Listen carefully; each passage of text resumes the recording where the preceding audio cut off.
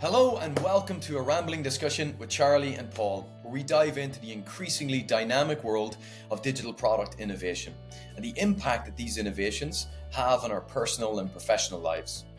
Join us as we sit together every second Friday morning for just 20 minutes over coffee to share insights, hard-earned experience, and first-hand anecdotes about some of the key technology and sociological themes that are front and center in industry today. And for our very first episode, we're going to speak about decisions that have been made by organizations that have served the company but negatively impacted society. Charlie, great to have you with us. I'm super excited about this series we're embarking on. How are you? Yeah, doing pretty well. Had a pretty relaxed week, and it's Friday, so looking forward to the weekend. Excited to kick this off with you. Awesome. Yeah, likewise, Charlie. So let's jump into it, Charlie. We're trying to keep these relatively brief and bite-sized, and we've got a pretty mammoth topic in front of us today.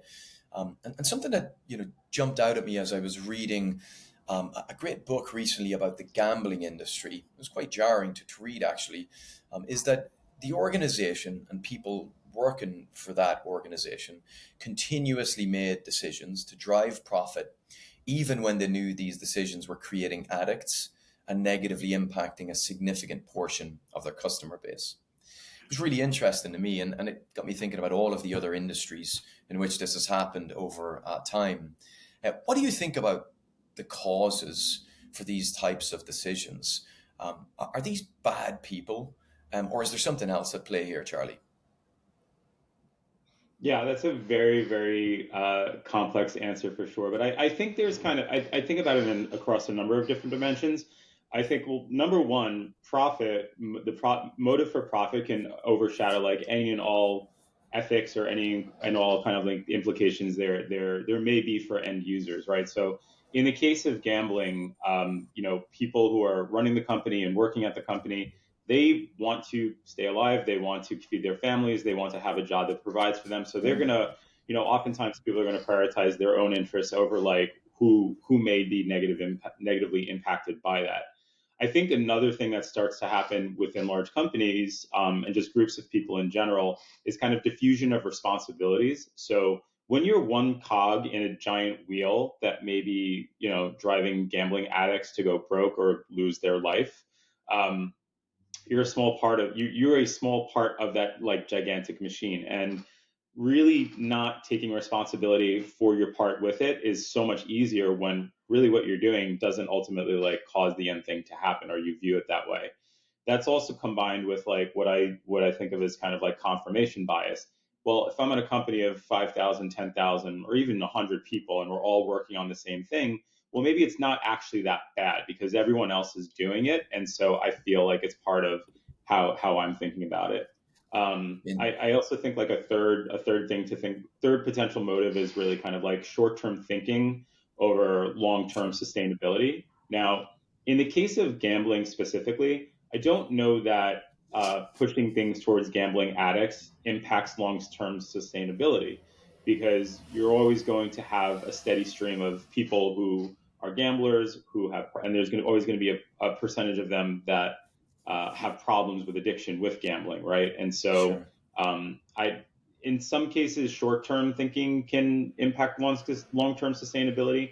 I don't know if the gambling is that example. I think an example like Facebook, which just laid off a whole bunch of people over the past year, and they spent like I think quintuple the money doing stock buybacks for in the interest of their shareholders is kind of like short-term gains for their shareholders, which relates to the first thing that I talked about, Hmm. over the long-term implications of like reducing innovation or like pushing people to their breaking point within a company because now they're doing 10 times as many things as they wanted to do.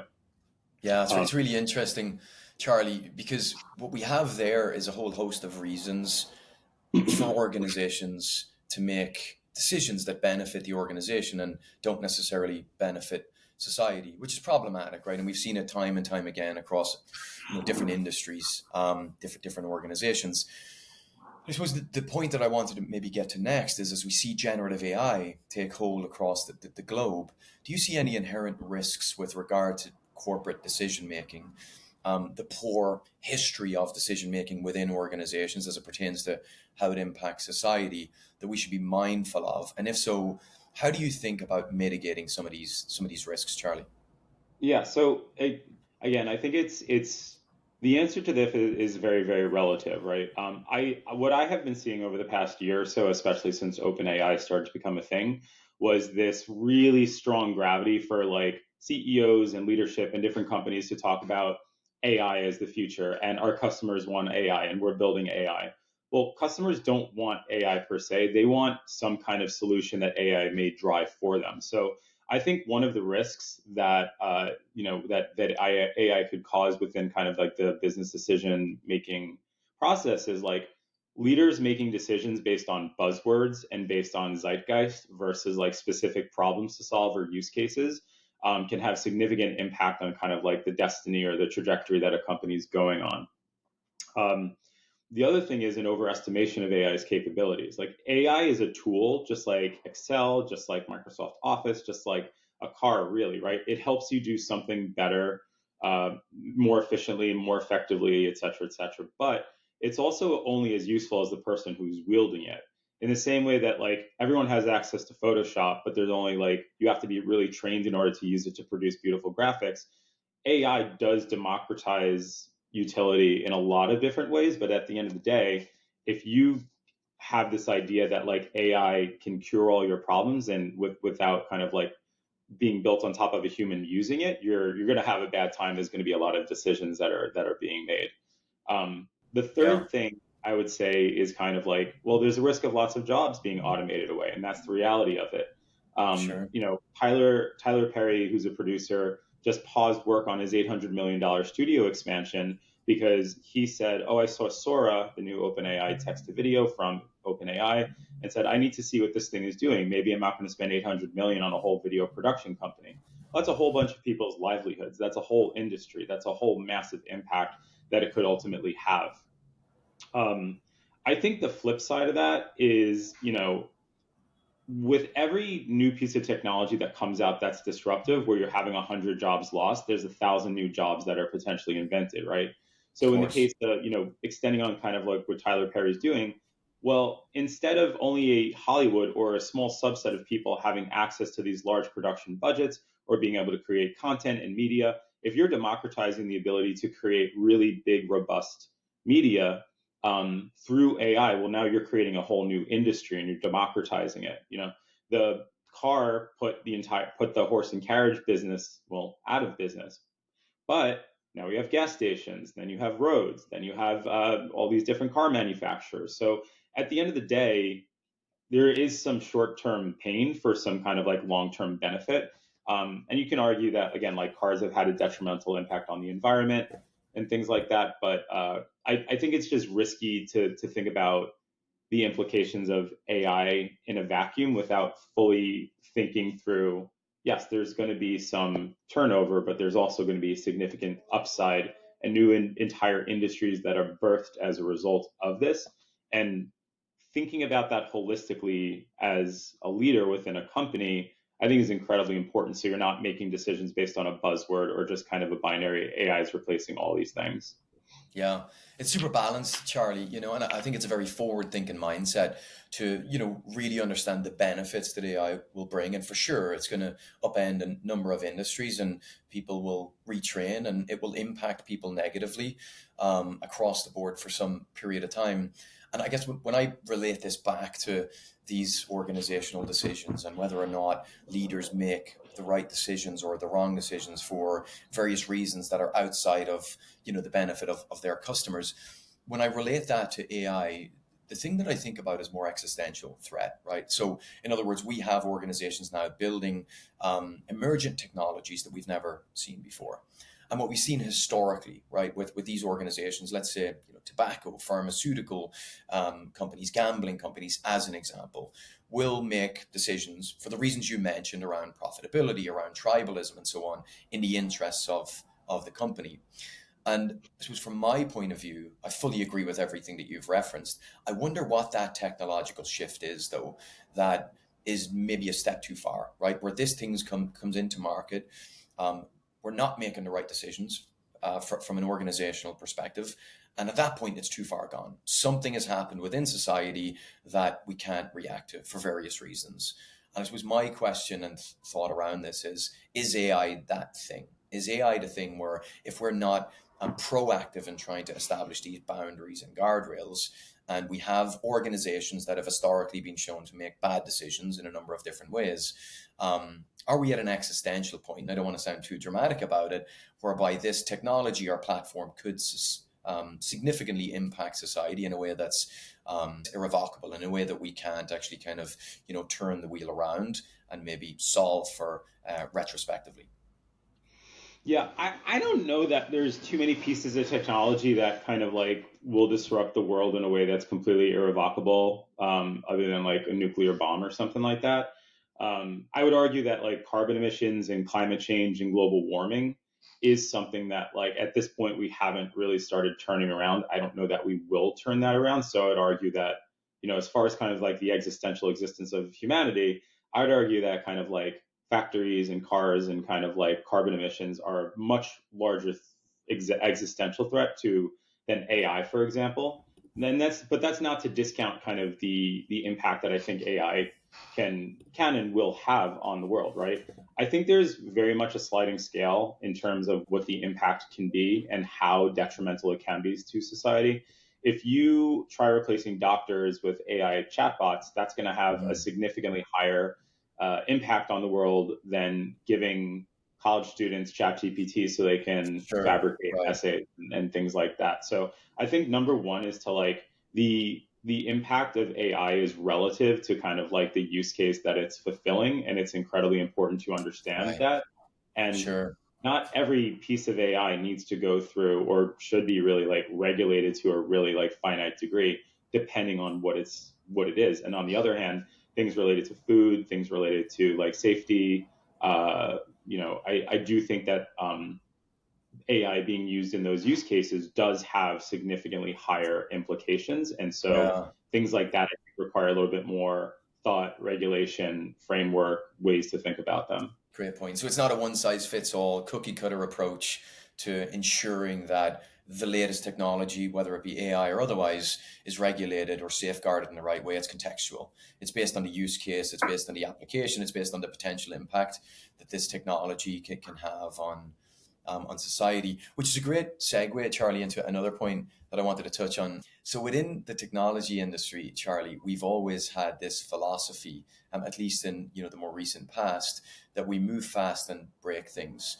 Do you think now, with these more emergent technologies that are effectively touching every part of our lives, or will do in the near future, should we rethink this philosophy as we enter this new realm of ever more powerful, pervasive technology products?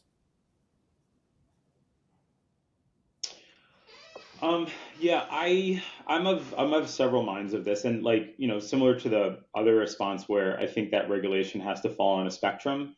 I think that in the same vein, like ideation and experimentation balanced with like responsible innovation also falls on a spectrum too, right? Like rapid innovation drives technological advancements, and there are so Yeah. many examples out there of broken things that were put out there as an MVP and were used in ways in which they were not intended to be used, which ultimately birthed some entirely new technology or some life saving thing, right? Penicillin was discovered by accident through an experiment. Now, that's not an MVP of a product, but it shows, Sure. I think it's a really good case study on kind of like the importance of not necessarily like knowing where it's going to go, but like capitalizing on something that may end up happening, right? User-driven insights like inform future improvements. So there's a huge amount of value in putting something out there, getting feedback, and then discovering a need that this could fulfill that you never would have discovered if you didn't put something out there and either. But again, I don't think this is a kind of like everything should be like move fast, break things. I don't think that the manufacturing of food or the manufacturing of infrastructure for drinking water or cars, for example, should be put out. Like cars should not be an MVP, right? Cars should be something that are like fully kind of like regulated and have a lot of safety features before they actually go out there. So I think balancing rapid innovation for things that aren't as consequential to kind of like safety and responsibility with making responsible decisions for the things that should be. I think is kind of the key there. But Yeah, like anything else, as I think as a species, we tend to gravitate towards like this or that decision making, and the reality sure. is like the way to balance innovation with kind of safety and intentional responsible use really does fall on a spectrum, and that's a really hard thing to wrap your head Yeah, around and also kind of like maintain. more nuanced than that. Instead of having this binary mindset around how we think about this industry, what we're trying to do is be more contextual, be more thoughtful, which in some cases is lost on certain parts of society in a whole range of different ways. But I feel like that is the right approach as we enter this new realm of technological innovation. And if I take this back then to where we started the conversation, right, which is organizational leadership and the decisions that are made or have been made over the course of history that don't necessarily always benefit society. What I'm getting from this conversation is that, for me, certainly, I don't think we can rely necessarily on organizations. And it's not all organizations. There's some fantastic leaders out there, clearly, who want to do great things for society. But I don't think it's enough to rely on organizations to do the right thing and assume that that will happen, given some of the various different incentives that they have to grow profit and to become market leaders and so on and so forth. But that it's incumbent upon us to ensure that we put the right guardrails in place, whether that be through government regulation or legislation, whether it be through customer insights and the information that we're passing across these organizations as they build products for us. I still, in my view, if I'm very candid, I still feel like that's a question and a risk, regardless of industry, whether it be AI or gambling or pharmaceutical or otherwise, that is inherent and will always happen. But as we enter this new technological age, we do need to start thinking about how we put these contextual guardrails on the products that are being built so that they're both serving society in a real impactful way, but they're also guarding against some of the more nefarious impacts that this new technology can and could have on society. Yeah, absolutely. I completely agree with that. I think it's a much more challenging problem to solve than maybe some previous problems that we have solved in the past, right? Like food manufacturing companies back in the day were putting slop together and poisoning people, and it wasn't until Upton Right. Sinclair's The Jungle got written that we actually got some regulations around kind of like how food had to be manufactured. Now, food create, I eat is a very simple kind of problem to solve. The nuance of kind of a technology that can upend almost every single industry is a lot more complex. And so recognizing that and having the fortitude to kind of like work through the nuances of figuring out what's appropriate and what's not, I think is, part of the journey that a lot of these leaders and even government people are going to have to end up going on. Yeah. And the other thing I'm seeing, Charlie, and I know we're at the point here where we're going to end quite soon with our first conversation, which has been fantastic. But I think that the one thing that does give me hope is that what I'm seeing in industry is the groundswell of social responsibility in society is impacting how organizations think about their strategy overall. And you're seeing a lot more triple bottom line companies, a lot more B Corp companies getting built and spun up that are, ethically bound to focus on planet and people as much as they are profit. And, I feel like both on the consumer side and on the employee side, that groundswell is going to continue to grow, get stronger, which almost forces the hand of organizations to continue to think about social responsibility as they build out their organizations. Charlie, this has been an incredibly insightful conversation. I really enjoyed it. Thank you so much for spending time to think through this incredibly complex topic with us. Before we close, Charlie, anything you'd like to leave our listeners or viewers with in regards to this topic? Yeah, I would say don't rely on the binary.